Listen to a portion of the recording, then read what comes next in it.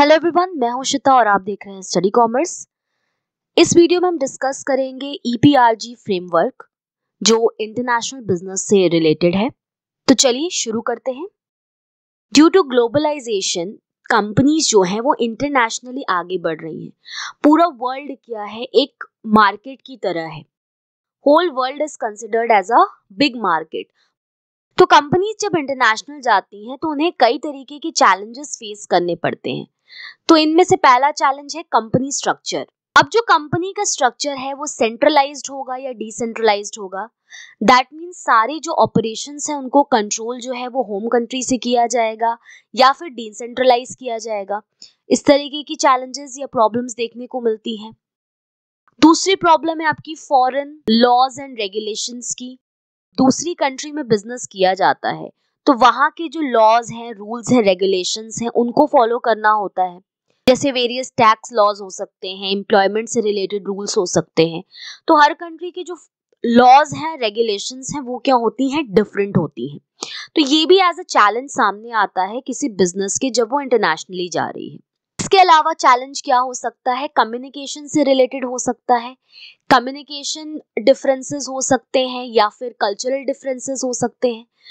हर जगह का जो कल्चर है वो अलग होता है। लैंग्वेजेस, ट्रेडिशंस, इनकी वजह से भी प्रॉब्लम्स आ सकती हैं। जैसे अगर मिसकम्युनिकेशन होता है तो जो बात एक कंपनी बताने की कोशिश करती है वो सही तरीके से कम्युनिकेट ना होकर किसी दूसरे मैनर में कम्युनिकेट हो जाती है। जैसे कई बार जो स्लोगन्स हैं उनको ट्रांसलेट करते समय जो मीनिंग होती है वो उसकी चेंज हो जाती है। अगर हम अपने हैंड जेस्चर से ओके कहते हैं तो हमारे लिए क्या है, वो ओके है, गुड है। बट फ्रांस में क्या होगा, उसको एज जीरो कंसिडर किया जाएगा। नेक्स्ट चैलेंज हो सकता है गवर्नमेंट की रूल्स एंड रेगुलेशंस। गवर्नमेंट ने जो रेगुलेशंस बना के रखे हैं, जो किसी पर्टिकुलर सोशल मीडिया के लिए हो सकता है, वेब सीरीज के लिए हो सकता है, कंटेंट के लिए हो सकता है, इस तरीके की रेगुलेशंस भी मल्टीनेशनल कंपनीज जो होती हैं उनको क्या करती हैं, इम्पैक्ट करती हैं। प्लस पॉलिटिकल रिस्क होता है। इसके अलावा एनवायरनमेंट से रिलेटेड रिस्क भी हो सकते हैं, जैसे एनवायरमेंटल पोल्यूशन से रिलेटेड हो गया, एयर पोल्यूशन, वाटर पोल्यूशन, जो वेस्टेज है उसकी प्रोसेसिंग से रिलेटेड रिस्क हो सकता है। चैलेंजेस या प्रॉब्लम्स हैं जो कि एक कंपनी को फेस करनी पड़ सकती है जब वो इंटरनेशनली जा रहा है। तो इंटरनेशनल मार्केट में अपने आप को सस्टेन करने के लिए कई चीजें करनी पड़ती हैं एक कंपनी को। अब जब कंपनी जा रही है इंटरनेशनल मार्केट में तो सबसे बड़ा इशू या प्रॉब्लम आती है स्टैंडर्डाइजेशन, अडैप्शन और कस्टमाइजेशन की। कितना उसको स्टैंडर्डाइजेशन रखना है या जो प्रोडक्ट एंड सर्विसेज है उनको कितना कस्टमाइज करना है, कैसे अडैप्ट करना है सिचुएशन को। ये सारी चीजें उसके सामने एज अ इशू आती हैं, एज अ प्रॉब्लम आती हैं कि वो कैसे डिसीजन ले। तो ये जो चीजें हैं, चाहे स्टैंडर्डाइजेशन हो, कस्टमाइजेशन हो, ये कंपनी के ऑपरेशंस और जो मार्केटिंग डिसीजंस होते हैं उनको इम्पैक्ट करते हैं। प्लस आज के टाइम में ये चीजें और ज्यादा एक्सपैंड हो गई हैं क्योंकि कंज्यूमर्स की need and preferences, wants different हैं, चेंज हो रही हैं। और चूंकि ग्लोबलाइजेशन है इसलिए जो कंज्यूमर्स हैं उनको गुड्स एंड सर्विसेज की एक बड़ी रेंज, एक वाइडर रेंज मिलती है। तो कंपनी को कई सारे डिसीजंस लेने पड़ सकते हैं for customization and standardization of its activities. तो जो ये डिसीजन है एक्टिविटीज से रिलेटेड, इसके लिए एक अप्रोच बताया गया है जो कि है ईपीआरजी फ्रेमवर्क। ये एक्सप्लेन करता है कुछ स्ट्रैटेजीज को जिसके थ्रू एक कंपनी डिसाइड करती है कि वो कौन सी स्ट्रैटेजी अपनाएगी इंटरनेशनल मार्केट में जाने के लिए। तो ईपीआरजी मॉडल, इसको स्टार्टिंग में कहा जाता था ईपीजी मॉडल। हार्वर्ड पर्लमटर ने इसे 1969 में इंट्रोड्यूस किया था। तो पर्लमटर ने ईपीजी मॉडल को इंट्रोड्यूस किया था अपने एक आर्टिकल में, the tortuous evolution of multinational enterprises. ये आर्टिकल 1969 में आया था। तो जो स्टार्टिंग हुई थी वो थी ईपीजी मॉडल, जिसमें आता है एथनोसेंट्रिज्म, पॉलीसेंट्रिज्म और जियोसेंट्रिज्म। ये तीन कैरेक्टरिस्टिक्स या तीन अप्रोचेस स्टार्टिंग में ईपीजी मॉडल में बताए गए या ईपीजी मॉडल का पार्ट थे। लेटर ऑन 1973 में रीजियोसेंट्रिज्म को जोड़ा गया बाय विंड, डगलस एंड पर्लमटर। तो ये 4 तरीके के ओरिएंटेशन या अप्रोचेस बताए गए हैं for entering in the international market: ethnocentrism, polycentrism, regiocentrism और जियोसेंट्रिज्म। तो एक सही ओरिएंटेशन या अप्रोच चूज करना, सिलेक्ट करना बहुत ज्यादा इंपॉर्टेंट होता है। क्यों ऐसा है? क्योंकि जब एक कंपनी एक इंटरनेशनल मार्केट में एंटर कर रही है तो काफी हैवी इन्वेस्टमेंट्स वो करती है, और एक बार अगर एक गलत डिसीजन ले लिया गया है तो जो इन्वेस्टमेंट्स हैं उनको रिवर्स करना काफी कॉस्टली होगा। दैट मीन्स जो कंपनी है उसको हैवी लॉसेस उठाने पड़ेंगे। तो एफिशिएंटली वर्क करने के लिए ये जरूरी है कि सही ओरिएंटेशन या अप्रोच का सिलेक्शन किया जाए। अब इन ओरिएंटेशंस को डिटेल में डिस्कस करने के पहले 2 चीजें हम लोग जान लेते हैं जिसके बारे में हम लोगों ने अभी देखा। एक है आपका स्टैंडर्डाइजेशन और दूसरा है आपका कस्टमाइजेशन। स्टैंडर्डाइजेशन का मतलब है ऑफरिंग सिमिलर प्रोडक्ट्स और सर्विसेज अक्रॉस डिफरेंट मार्केट्स, यानी एक स्टैंडर्ड सेट करना, सिमिलर टाइप के प्रोडक्ट और सर्विसेज को सभी डिफरेंट मार्केट्स में सेल करना, सभी डिफरेंट मार्केट्स में ऑफर करना।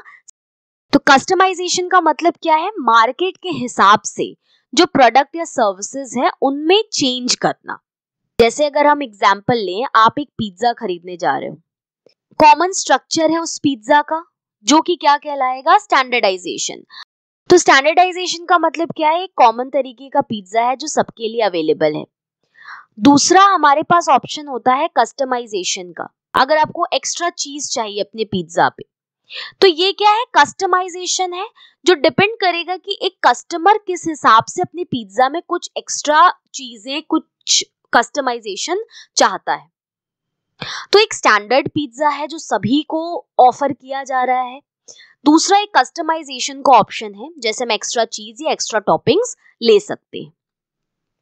तो वही चीजें हैं यहाँ पर कि स्टैंडर्डाइजेशन यानी एक तरीके के प्रोडक्ट्स एंड सर्विसेज हैं जो सभी को ऑफर किए जा रहे हैं। दूसरा है कि कस्टमाइजेशन किया जा सकता है, यानी मार्केट के बेस पर हम प्रोडक्ट या सर्विसेज में चेंज कर सकते हैं। तो ये 2 चीजें हमें इन अप्रोचेस में देखने को मिलेंगी। अब चलिए एक एक करके इन अप्रोचेस को देख लेते हैं। फर्स्ट अप्रोच है इथनोसेंट्रिज्म। इथनोसेंट्रिज्म को हम होम कंट्री ओरिएंटेशन भी कहते हैं। क्यों इसको हम होम कंट्री ओरिएंटेशन कह रहे हैं?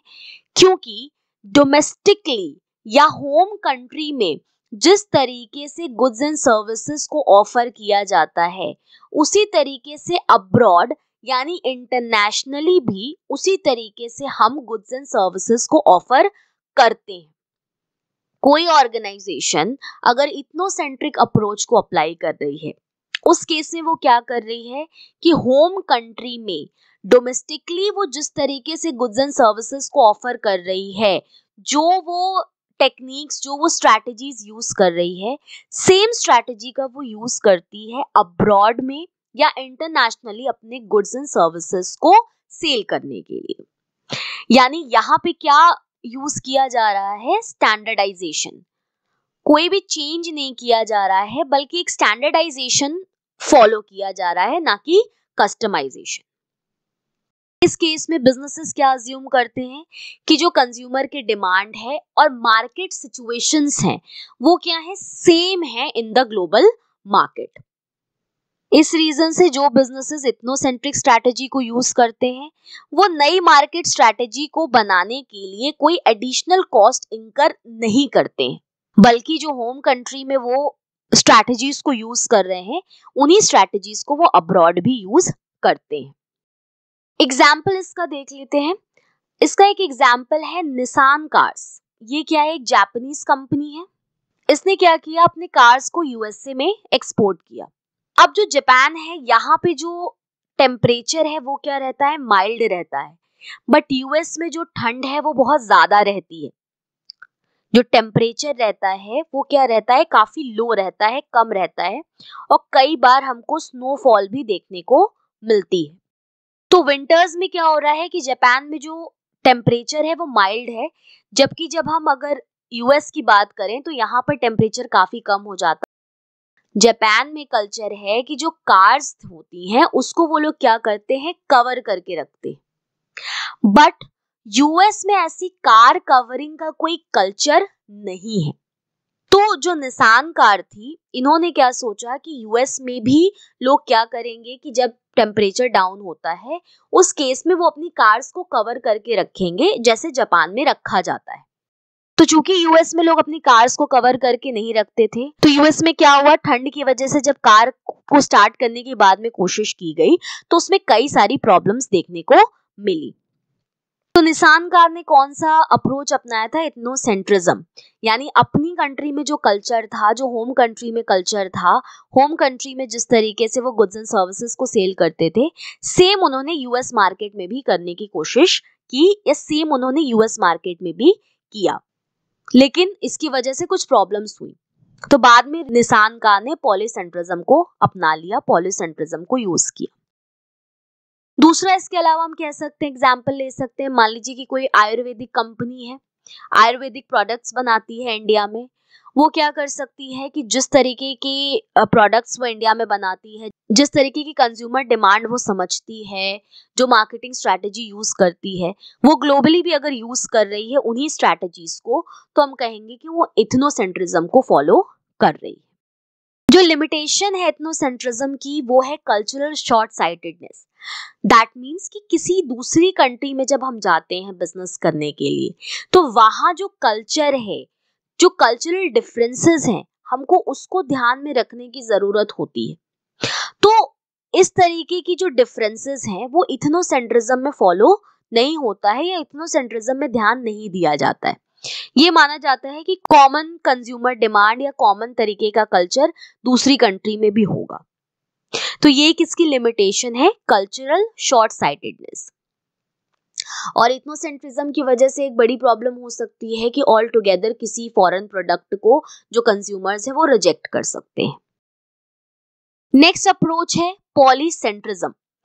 पॉलीसेंट्रिज्म क्या अप्लाई करता है, customization for every international market.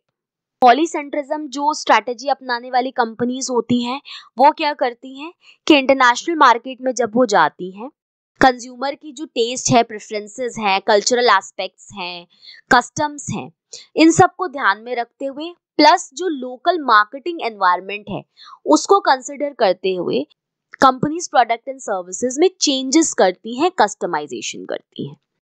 तो आम भाषा में हम कह सकते हैं जैसा देश वैसा वेश। पॉलीसेंट्रिज्म क्या फॉलो कर रहा है, होस्ट कंट्री ओरिएंटेशन। तो होस्ट कंट्री में कंज्यूमर्स की जैसी टेस्ट, प्रेफरेंस, कल्चर होगा उस तरीके से प्रोडक्ट में चेंजेस किए जाते हैं। एग्जाम्पल इसका देख लेते हैं, मैकडॉनल्ड्स। मैकडॉनल्ड्स अगर आप यूएस में देखें तो इनके जो बर्गर्स होते हैं वो जनरली क्या होते हैं, नॉन वेज बर्गर्स ज्यादा आपको देखने को मिलते हैं। बट इंडिया के कल्चर में इन जनरल बीफ खाने का सिस्टम नहीं है, बीफ को कंसिडर हमारे यहाँ कल्चर में नहीं किया जाता है। तो इंडिया में इन्होंने इंट्रोड्यूस किया मैकालू टिक्की बर्गर्स। तो ये जो बर्गर इन्होंने इंट्रोड्यूस किया, ये क्या किया, according to the culture, taste and preferences of the Indian consumers. तो यहाँ पे क्या फॉलो कर रहा है ये, polycentrism. That means customization as per the host country. Next orientation है रीजियोसेंट्रिज्म। रीजियोसेंट्रिज्म में क्या किया जाता है कि जो कंपनीज होती हैं वो एक पर्टिकुलर रीजन को कंसिडर करती हैं। कई नेशंस जिसमें सिमिलर मार्केट्स उनको देखने को मिलते हैं, वो उनको क्या करती हैं, एक साथ कंसिडर करती हैं, एज अ रीजन कंसिडर करती हैं। यहाँ पर क्या किया जा रहा है कि किसी कंट्री का जो स्पेसिफिक नेचर है वो तो कंसिडर किया ही जा रहा है, साथ ही साथ कुछ कंट्रीज की जो कॉमन फीचर्स हैं एक पर्टिकुलर रीजन के, उनको एक साथ कंसिडर किया जाता है। तो रीजनोसेंट्रिज्म क्या है, कॉम्बिनेशन है इथनोसेंट्रिज्म और पॉलीसेंट्रिज्म का।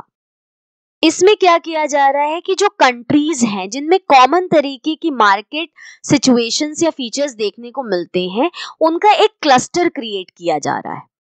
फॉर एग्जाम्पल आप ले सकते हो इंडिया एंड बांग्लादेश, एक तरीके के मार्केट फीचर्स आपको यहाँ देखने को मिल जाते हैं। रीजियोसेंट्रिज्म का एग्जाम्पल है जनरल मोटर्स। ये एक यूएस बेस्ड कंपनी है। जो वेरियस ऑटोमोबाइल ब्रांड्स में डील करती है, इसमें से एक शेवरोले भी है। तो जनरल मोटर्स क्या करती है, एशिया, यूरोप, इन सब रीजन्स के लिए अलग अलग मार्केट स्ट्रेटजीज बनाती है या अलग अलग मार्केट स्ट्रेटजीज को फॉलो करती है। फोर्थ स्ट्रेटजी है जियोसेंट्रिज्म। जियोसेंट्रिज्म में क्या किया जाता है कि जो फॉरेन मार्केट है इसको ट्रीट किया जाता है एज वन, यानी कि एक ग्लोबल मार्केट की तरह ट्रीट किया जाता है। तो जियोसेंट्रिक अप्रोच में क्या होता है, बिजनेस डिटरमाइन करते हैं डिमांड ऑफ कंज्यूमर्स एवरीवेयर, हर जगह जो कंज्यूमर्स हैं उनकी डिमांड को डिटरमाइन करते हैं और एक स्टैंडर्ड प्रोडक्ट लाइन बनाते हैं with a uniform marketing mix. कुछ मॉडिफिकेशंस या स्पेसिफिकेशंस का यूज करते हुए ग्लोबल स्ट्रैटेजी को बनाया जाता है। इस केस में बिजनेसेस को क्या करना होता है, कंजम्पशन पैटर्न्स को फाइंड आउट करना पड़ता है जो सिमिलर हो ताकि उसे टारगेट किया जा सके। इसके लिए अलग अलग मैन्युफैक्चरिंग और प्रोसेसिंग फैसिलिटीज को वर्ल्ड वाइड डेवलप किया जाता है ताकि जो प्रोडक्ट्स हैं उनको बनाया जा सके और उनको डिस्ट्रीब्यूट किया जा सके into various regions and markets. Plus geocentrism में जो कंपनीज होती हैं वो जो टेक्नोलॉजिकल चेंजेस हो रहे हैं, improvement in quality of product, इन सभी को जियोसेंट्रिज्म में कंसिडर किया जाता है और जो ग्लोबल रिसोर्सेज है इनका यूज किया जाता है। एग्जाम्पल देख लेते हैं जियोसेंट्रिज्म का। जियोसेंट्रिज्म का एक एग्जाम्पल है नेस्ले। यहाँ पे आप देख सकते हैं नेस्ले की एक प्रोडक्ट है किटकैट। तो नेस्ले क्या करती है, एक तरीके की स्ट्रैटेजी, एक तरीके का कंटेंट, सेम तरीके की कंटेंट, सेम तरीके की एडवर्टाइजिंग, सेम तरीके की पैकेजिंग, सिमिलर ब्रांडिंग का यूज करती है। जैसे किटकैट की टैगलाइन है have a break have a KitKat, तो नेस्ले क्या करती है, सेम तरीके की स्ट्रैटेजी का यूज कर रही है ग्लोबली। किटकैट अराउंड 80 कंट्रीज में सेल किया जाता है। तो यहाँ नेस्ले क्या कर रही है, जियोसेंट्रिक अप्रोच को फॉलो कर रही है। तो ये सभी क्या है, 4 EPRG फ्रेमवर्क में क्या है, 4 ओरिएंटेशंस हैं जिन ओरिएंटेशंस को कंपनीज कंसिडर करती हैं before entering into international market.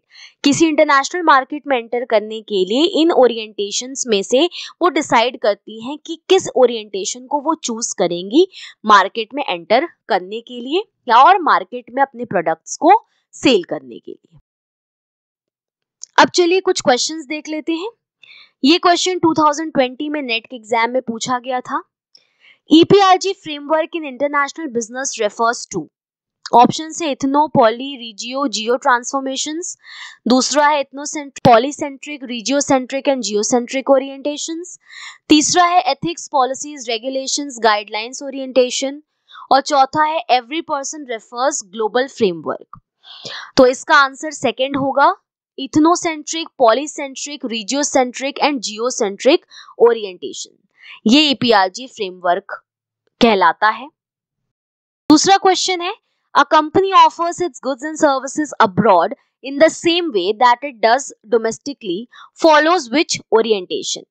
यानी एक कंपनी डोमेस्टिकली जिस तरीके से अपने गुड्स एंड सर्विसेज को ऑफर करती है उसी स्ट्रैटेजी को वो अब्रॉड भी यूज करती है, यानी फॉरेन मार्केट में भी यूज करती है।